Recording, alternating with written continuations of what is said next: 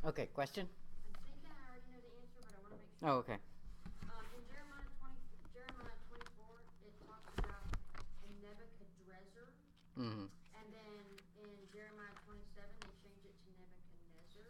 Mm-hmm. Is that the same guy, just different Yeah. spelling? Mm-hmm. I thought so, but I wanted to, it was just nagging at me. Yeah. Yeah, you'll find the spellings change many times. It's in the whole Jeremiah. There's no, back and yeah, forth. there's no standardized spelling even in America until the last 100 years.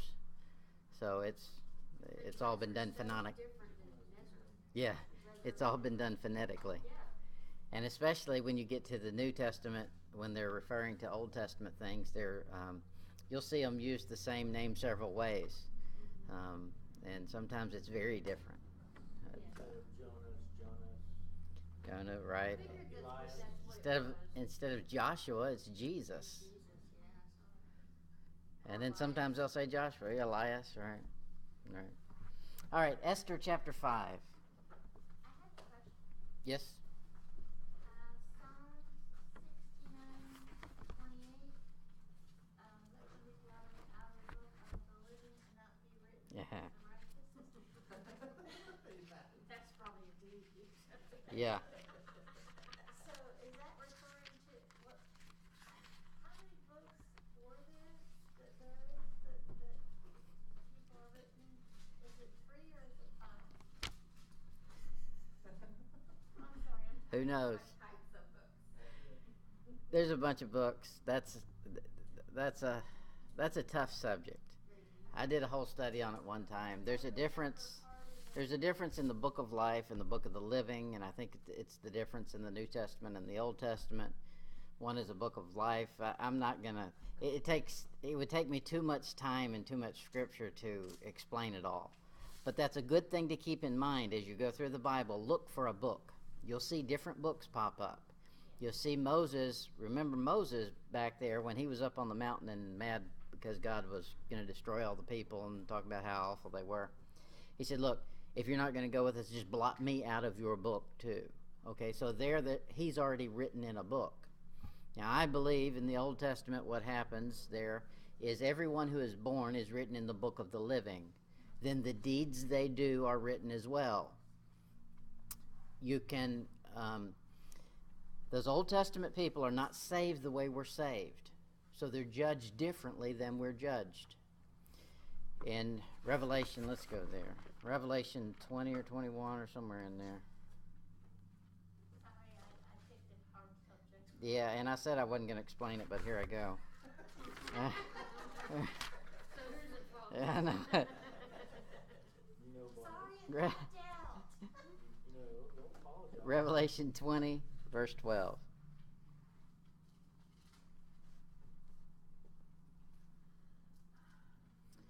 Revelation 20, verse 12. And I saw the dead, small and great, stand before God, and the books, plural. Where am I? And the books, plural, were opened. And another book, singular, was opened. So you've got a stack of books over here, and you've got a book over here. This singular book is defined now, which is the book of life. And the dead were judged out of those things which were written in the which set? Books, plural, not book, singular, according to their works. Okay, so the Old Testament saints, when they come before the judgment, the tribulation saints, when they come before the judgment, they're judged according to their works to go into a kingdom. They're not judged, they're not looking for justification and sanctification and redemption. They're looking for a kingdom to come to rule and reign in. Now, we rule and reign, but we're one flesh with God, with Jesus Christ. So here they're judged according to their book, the books that are writing their works in there. Now, that's different than the book of life. For us, the book of life is eternal life. However, for them, the book of life is referring to human life on earth.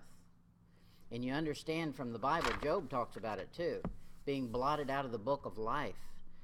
David many times will say, trying to curse someone, to have God blot their name out, take away the remembrance of them.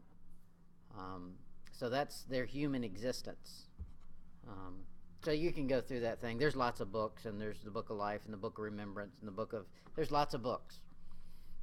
And go through there sometime and try to figure them all out, and you'll have fun with that. Yeah? Psalm 69:36 is, the seed also of his servant shall inherit it, and they that love his name shall dwell therein. Is this in reference to Israel? Mm-hmm. Okay. Is this... Israelites. That's the seed. And his servant, of course, is going to be the nation of Israel. They're his servant. And they'll inherit something. They're going to inherit a land. And their seed gets to inherit it. And they'll love his name and dwell therein. That's over and over. You see, he's promised them the land. One day they're going to get it. They'll dwell there securely. Nobody's going to scare them or force them off of it. That's fitting in with 69 there. That's it. Mm-hmm. Okay. All right. Esther, chapter 5. Esther 5. We made it through verse 3 or 4, somewhere in there. It's taken us a while to get through this chapter. And this is a short one. It's only, 13, 14 verses? That's right. Let me find my place here.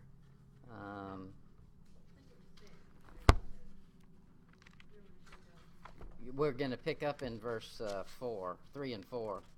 I'm going to back up just a little bit to give you context of where we're going. All right, verse 3. Then said the king unto her, talking about Esther, What wilt thou, queen, Esther?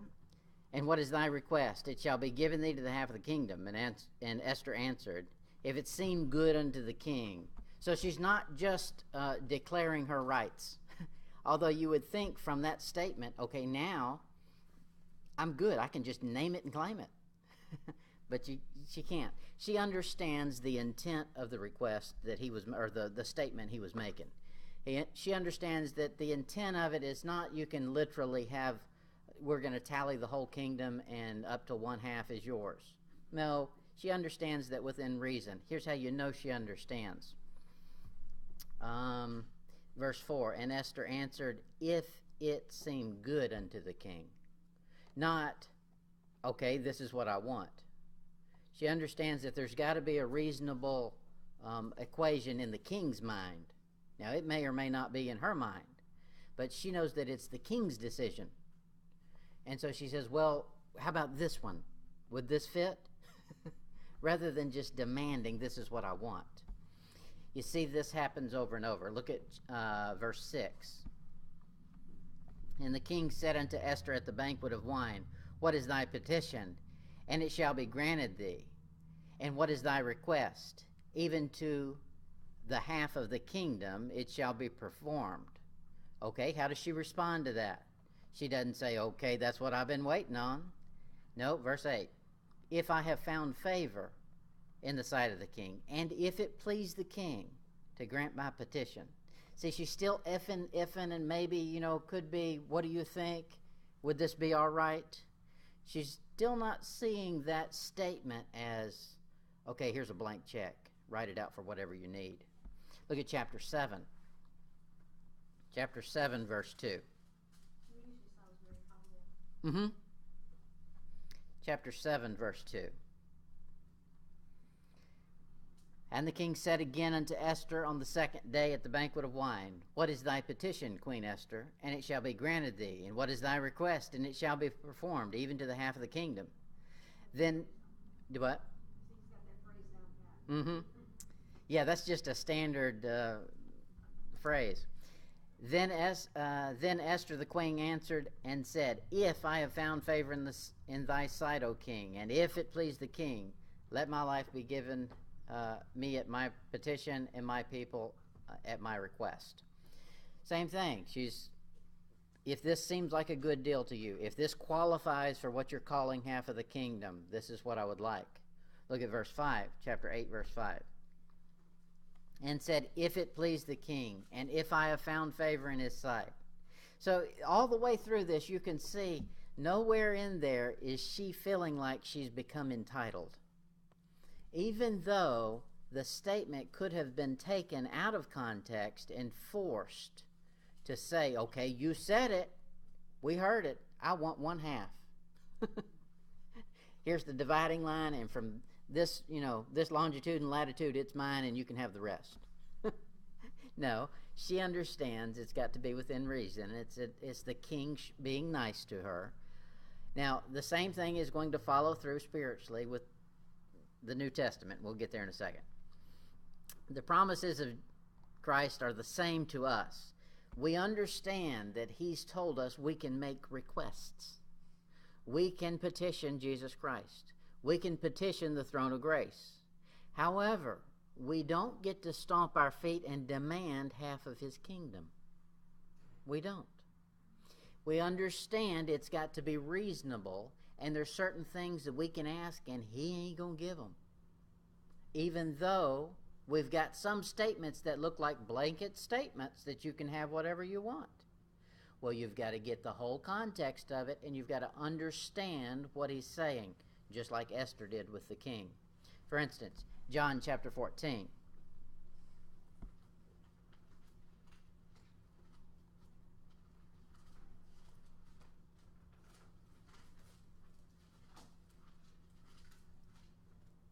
John 14, verse 13. Jesus talking, he says, "And whatsoever ye shall ask in my name, that will I do, that the Father may be glorified in the Son. And if ye shall ask anything in my name, it will be done." Now, we could drop out one phrase out of that whole section, and we could get anything we wanted. But there's one important phrase in there.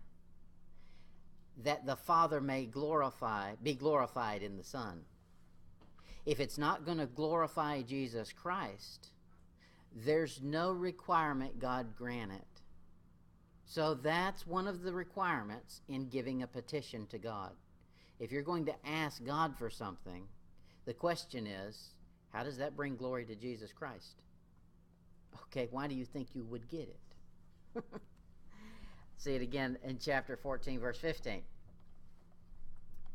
He says, "If you love me, keep my commandments." Well, wait a minute. I thought it was just ask whatever you want and you get it. He's putting a bunch of qualifiers on there. So there's a lot more to it than just the door's open, go on into the treasury room and grab anything you want. Stuff your pockets full. It's not quite. Look at chapter 16, verse 24.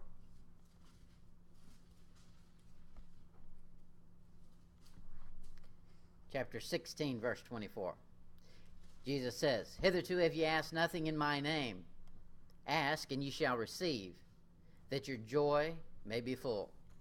Okay, so we think we can just take that statement and run, or at least some people do. They can just take it and ask him, and he's going to give it to us because that'll make us happy. No, it's his idea of what joy is. If he's decided that's not joy, it may just be pleasure in your own happiness, and he ain't going to fulfill that. He's promised, "I'll fulfill joy." What is true joy?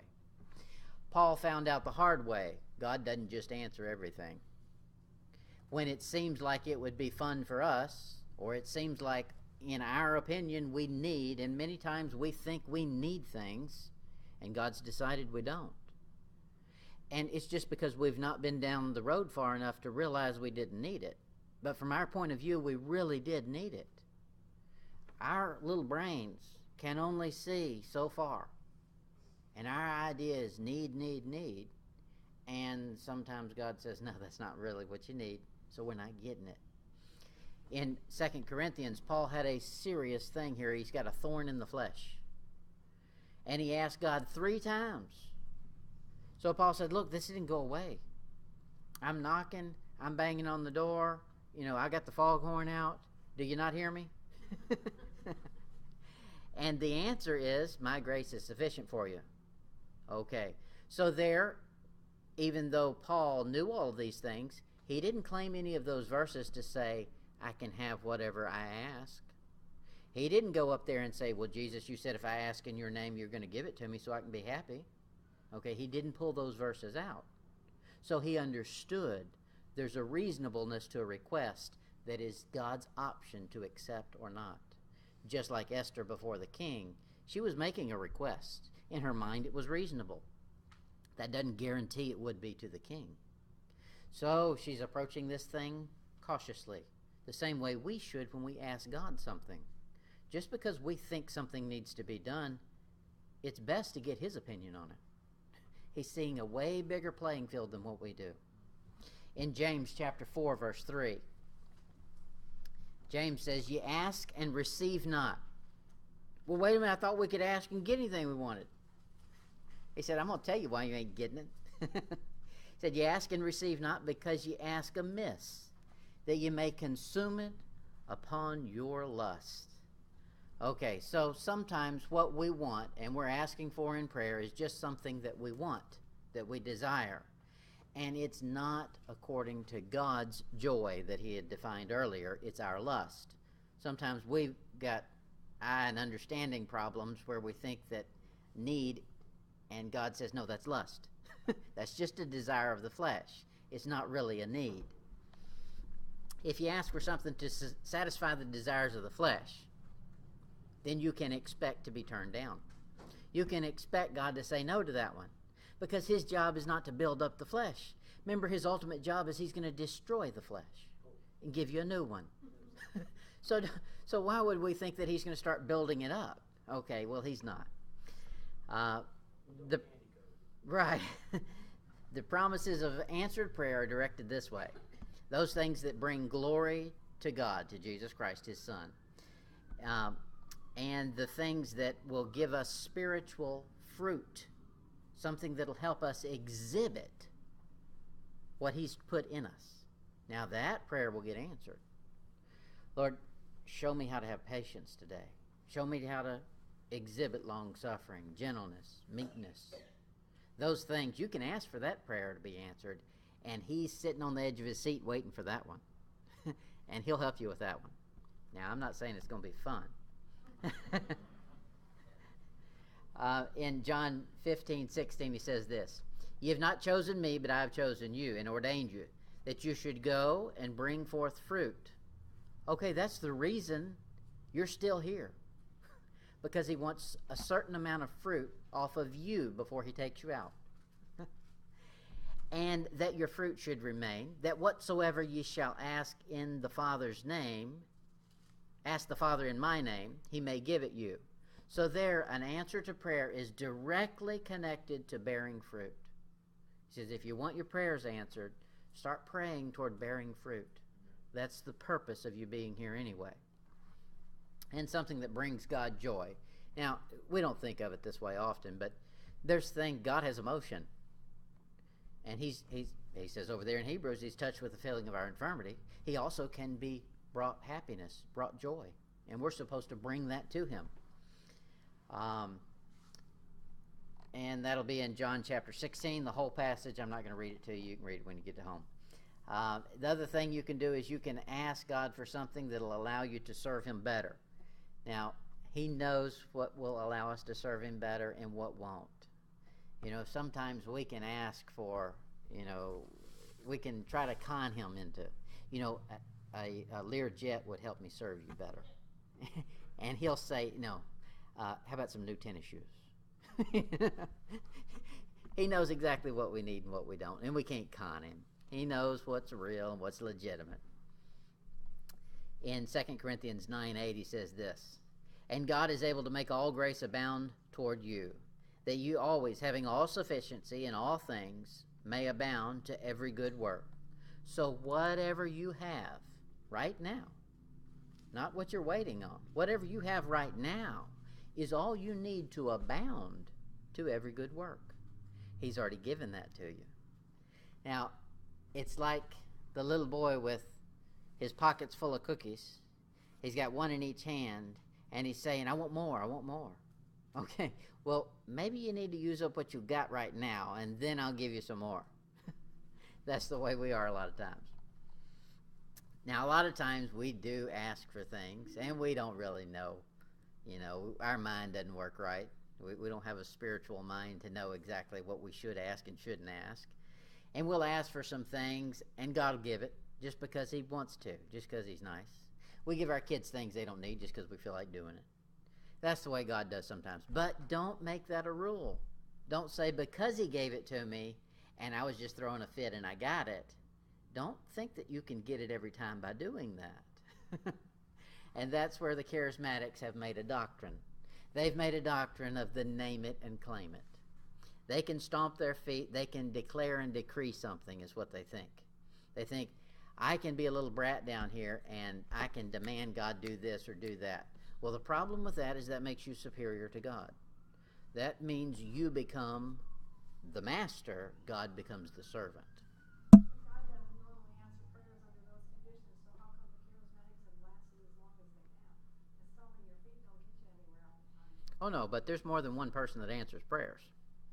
And that's true. Romans chapter 8, verse 26. I think I've seen a thing on TV where it shows them where the baby man Yeah. being healed and stuff. Yeah, Joyce Myers is big on it. And they say, oh, it works every time. T- And I'm yeah. listening. T.D. Jakes, Joyce Meyer,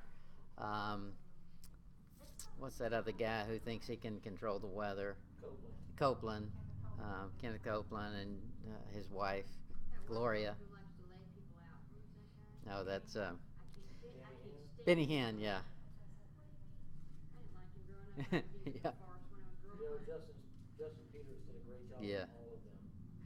Really laid it out. Yeah, you did. In Romans 8:26, he says this. Now, if you talk to charismatics sometime, you can show them this. Romans 8, verse 26. All of our prayers always, 100% of the time, are answered. It's just not in the language we understand. Romans 8:26. Likewise, the Spirit also helpeth our infirmities. For we know not what we should pray for as we ought. But the Spirit itself maketh intercession for us with groanings which cannot be uttered. So when you're praying, the Holy Spirit is going through and he's redacting and editing what you say. So by the time it reaches the throne room, it's exactly what God wants to give you. So you're down here praying, God, give me $1 million, give me $1 million. It gets up to the throne room and God hears, give me a job. Part-time job. Right. That's right. He's helping our infirmity. We don't know what we're supposed to be praying. That's our infirmity, is our knowledge, our viewpoint, our perspective. So the Holy Spirit is going to tweak that thing the way it should be asked so that God will answer. Esther 5, verse 4. And Esther answered, If it seem good unto the king, let the king and Haman come to this day unto the banquet that I have prepared for him.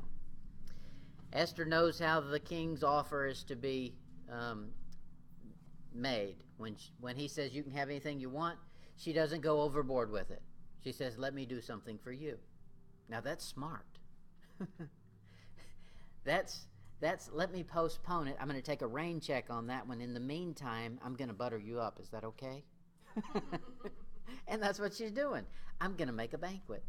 You know, I'm a pretty good cook, and I've just been sitting over there in the house for half a year. I've been cooking a lot. I've learned how to cook. And so let me show you what I can do. Well, hey, what king doesn't want to eat? Sounds like a good thing. She's smart. Now, we should do the same. Our requests to God need to be done the same. When we go to God, when's the last time you saw him? Think of it from his point of view. Do you always charge in there whining and complaining about some problem? Okay, have you buttered him up at all? Have you done anything for him? What's in it for him? Why would he want to answer that? Okay, people expect extraordinary things from God, but they don't intend to do one thing extraordinary on their own. What we can do, we had better be doing if we expect him to do the supernatural.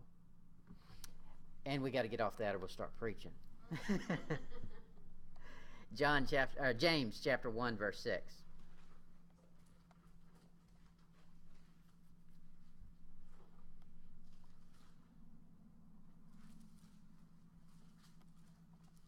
James 1, verse 6.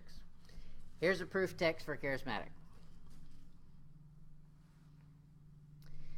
Charismatic will say you can have anything you want, and if you doubt when you ask for it, you're not going to get it. But if you will convince your brain that you're going to get it, God has to give it to you. And here's his verse. But let him ask in faith, nothing wavering. For he that wavereth is like a wave of the sea, driven with the wind and tossed. Okay. Well, the problem with that is you've got to find out what he's talking about. You can't take a verse out of context. Well, you gotta read the next line. Right. He says in verse 5, if any of you lack wisdom, that's what you can ask for. If any of you lack wisdom, let him ask of God that giveth to all men liberally and upbraideth not. That's something you can ask for, and God will give you. However, he even qualified that. He said if you're going to ask for wisdom, expect to get it. So you can't ask for wisdom and say, I didn't get it. If you ask thinking, well, maybe I will, maybe I won't, I'm going to ask for wisdom and then I'm going to go consult some psychiatrists, you didn't get it. You put your faith in them. Let them give it to you. But if you ask God for wisdom, then don't ask like you're waving out there on the sea, surfing, going with the wind. No, trust in God for the wisdom, and he will give it. In James 1, verse 7,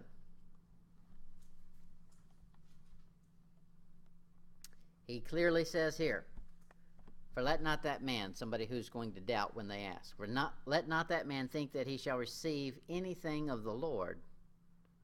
Oh, there it's clearly said you don't just get everything you ask for. There he clearly said there's one thing you can ask for, and you can have faith, and you have to have faith in order to receive it. That's wisdom. He says, furthermore, if you're going to ask for wisdom and you don't have faith that you will receive it, don't expect God to give it. He says in verse 7 just the opposite. He's not going to receive it. In Hebrews chapter 1, verse 6,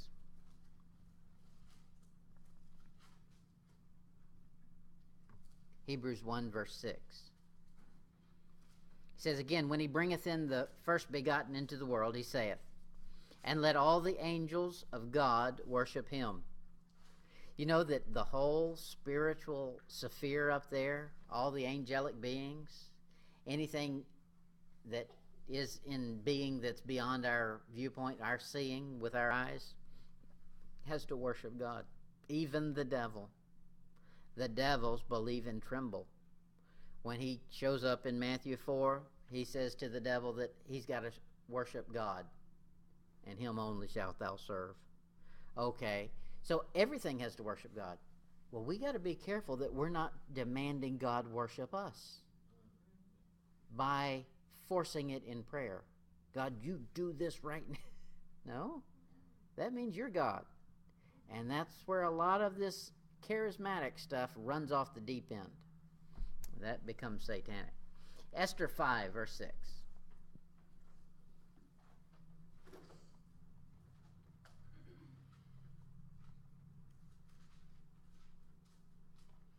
Esther 5, verse 6. And the king said unto Esther at the banquet of wine, what is thy petition, and it shall be granted thee? And what is thy request, even to the half of the kingdom, and it shall be performed? Then answered Esther and said, my petition and my request is, if I have found favor in the sight of the king, and if it please the king to grant my petition, and to perform my request, let the king and Haman come to a banquet that I shall prepare for them, and I will do tomorrow as the king hath said. Okay, this is one of those to be continued. When you're watching a show or something and they've gotten it right to the point of intrigue, and then the time is up and it says to be continued. And, oh man, that's what she's doing with the king here. She's saying, hey, look, I'm going to make you real happy. I got a great meal planned, and I'd like for you and the ruler over here to come, show up to the king, and then when we get there, I got something I want to say. So she's doing this smartly. But the king knows that Esther has more on her mind than just fixing a meal. He knows there's more to the story. She's told him, there's going to be a request I'll ask. Remember, she's asked people to be fasting. She wants to make sure that is completely over. The 3 days has been completed before she literally makes the request for her life. Let's see. So we've already seen she doesn't reveal this request. She keeps postponing it over and over. And the king, you know the intrigue has got to be building in the king. This must really be something. There must be something to this. Why isn't she just coming right out and telling me what it is? Yeah. And, yeah, right. He's cooking the books already, you know. Wait a minute now. You show you this. This kingdom's really pretty small, Esther. Esther 5, verse 9. Then went Haman forth that day, joyful and with glad heart. Now, for him, what's going on is he's been recognized to be the bigwig that his mind thinks he is. And now part of this, I think, whether it's intentional on Esther's part or not, it is on God's part. If you want to harden your heart against God, he'll help you harden it. And he's building Haman up for a bigger fall. He's hardening that heart so that when he smashes it with a stone, it's going to turn to powder. And that's what he's going to do. We'll keep reading. But when Haman saw Mordecai in the king's gate, that he stood not up, nor moved for him, he was full of indignation against Mordecai. What in the world? This guy has got such a big head over how important he is, that one person, after just getting invited to a banquet just with him and the queen, and he realized what a big deal that was, one person out there doesn't bow down and worship him, and he gets upset about that? He's got a problem.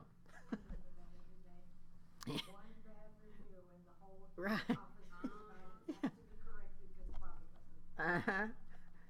Nevertheless, Haman refrained himself. Okay, in public.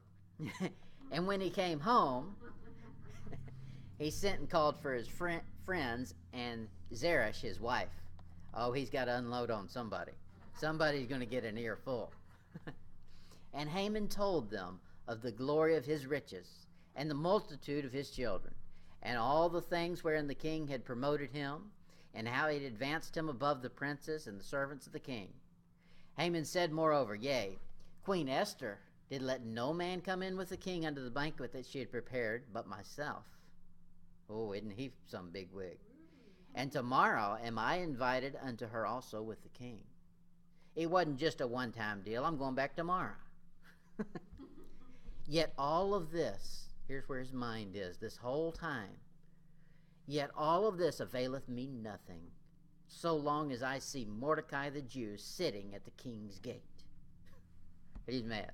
Now we can take it out on him real easy, but do we do it on ourselves? Sometimes we do the same way. It kind of sounds like Ahab with not getting the vineyard. Mm-hmm. We do the same thing. God's blessed us beyond measure, and we get mad about one problem that seems to be showing itself. And that's all we can focus on is, hey, yeah, I'm going to heaven. I've got salvation. He's already declared all of these things I've been promised that I'm going to get. But this one problem right here, all of that eternity avails me nothing if there's this one problem that's still popping up. Careful. Focus on what's real. This story right here is perfect. The 13 is the rebellion part. Yeah. 13 always shows up like that. Verse 14. Then said Zeresh his wife and all his friends unto him, let a gallows be made of 50 cubits high. Okay, watch out for your friends. If your friends, they've set him up. If your friends are not the friend of God, they're going to do the bidding of the devil. And it's for your detriment, not your good.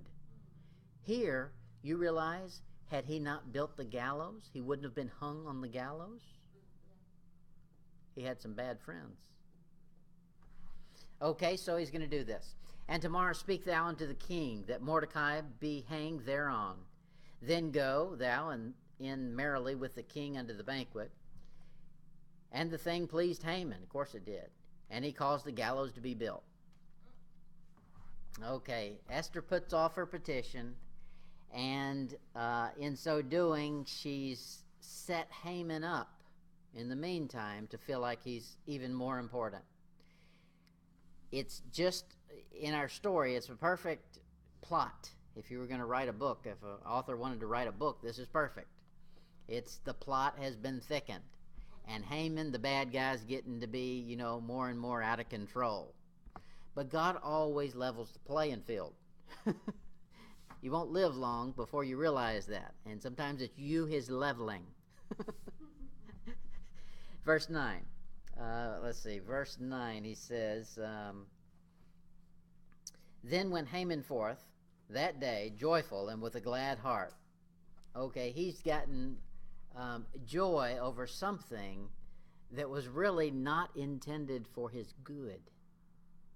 If he could have seen behind the curtain, he would have seen, hey, look, buddy, they're setting you up. You're being set up right now.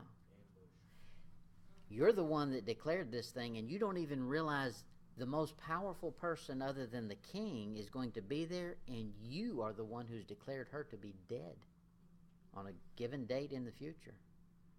Ouch. If he had known all those facts, he probably wouldn't have been so joyful about it. But he didn't. He didn't know she was a Jew. As far as he knew, the only thing that was going on was he was being honored not only by the king, but the queen too. And everybody was realizing what a great man he was in his own eyes. Haman leaves this banquet feeling like he's on the top of the world. If the king croaked tomorrow, everybody would promote him. Yeah. Right. He runs into Mordecai sitting in the gate. And that's just enough to rain on his parade. That's unreasonable. Wickedness causes you to be unreasonable. Sin causes you not to be able to reason. Your mind doesn't work right. In his mind, from his point of view, everything is going right. Why would he let one little bitty thing like this ruin his whole day? But he did. And that's what wickedness does. It eliminates our ability to focus on important things, and it forces us to focus on things that mean nothing. If Mordecai was such a wimp like he made him out to be, and a nobody, why did he care? If he's a loser, then let him be a loser. Point that out. But no, he realizes he's in subjection to Mordecai. Because unless Mordecai is going to grant him his approval, he doesn't feel like he's anything. And so he's told off on himself. He couldn't overlook Mordecai. In Romans chapter 12. Romans 12, verse 3.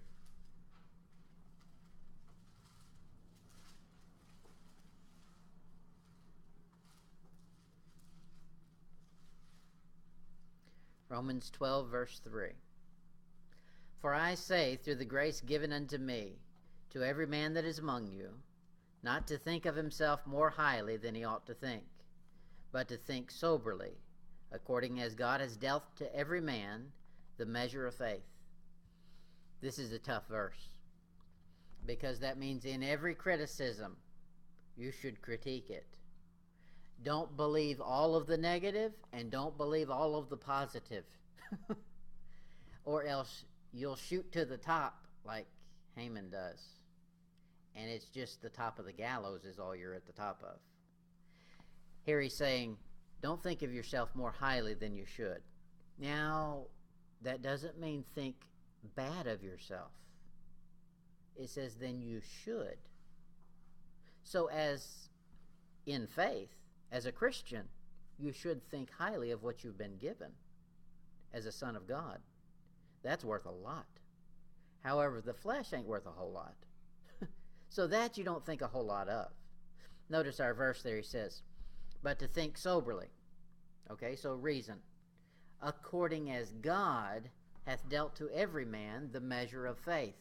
So if it's faith that's being criticized, then you don't put any faith in the other person's criticism, because it's the faith from God that you've been given. That's worth thinking highly of. However, if it's flesh is not worth thinking a whole lot of.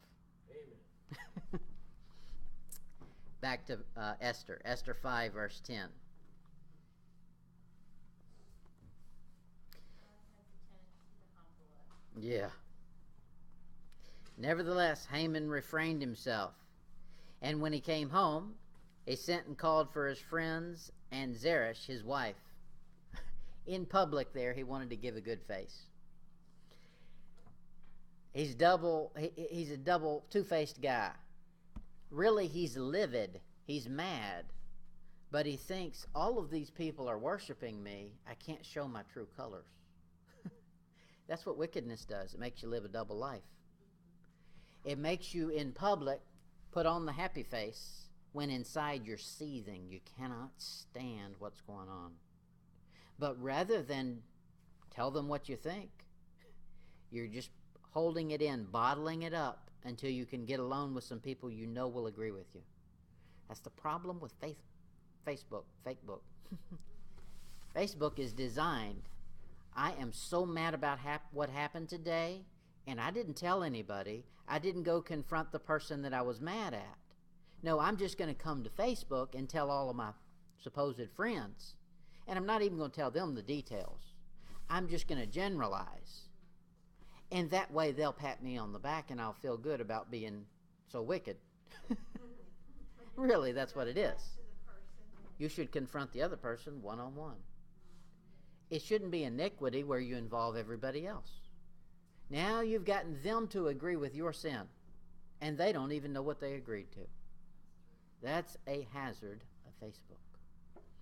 Well, that's what he is. He's Mark Zuckerberg before he was born. He's got his own little Facebook clique over there, a small group Facebook. And he's called a meeting. Okay, all of y'all got to get together, you know. Right. I need some people to go on and like my post here. I'm going to tell you what was going on today. I was the greatest man that ever hit the earth, and somebody didn't like it. Nobody had the faintest idea there was anything wrong with me, but one man decided he didn't recognize what a wonderful human being I was. And they said, well, best thing to do would be to kill him. That's that'll happen. When you get a bunch of yes men together, it'll go extreme. They went to the extreme. Well, let's not put up with that. Let's kill him. What? How did we get there already? Wouldn't you just call him out and bring him before the king, since you're so powerful and you and the king are such buddies? Bring him before the king and show the king. No, let's kill him. Wow. How about, what's the law say about it? Do we have right to kill him? No, it's unreasonable. Unreasonable and wicked friends. Now, I don't know how long I'm getting. We started. Yeah, I probably better stop it there. I thought we'd get farther than this, but verse 10 is where we're stopping, and we'll try to pick up there.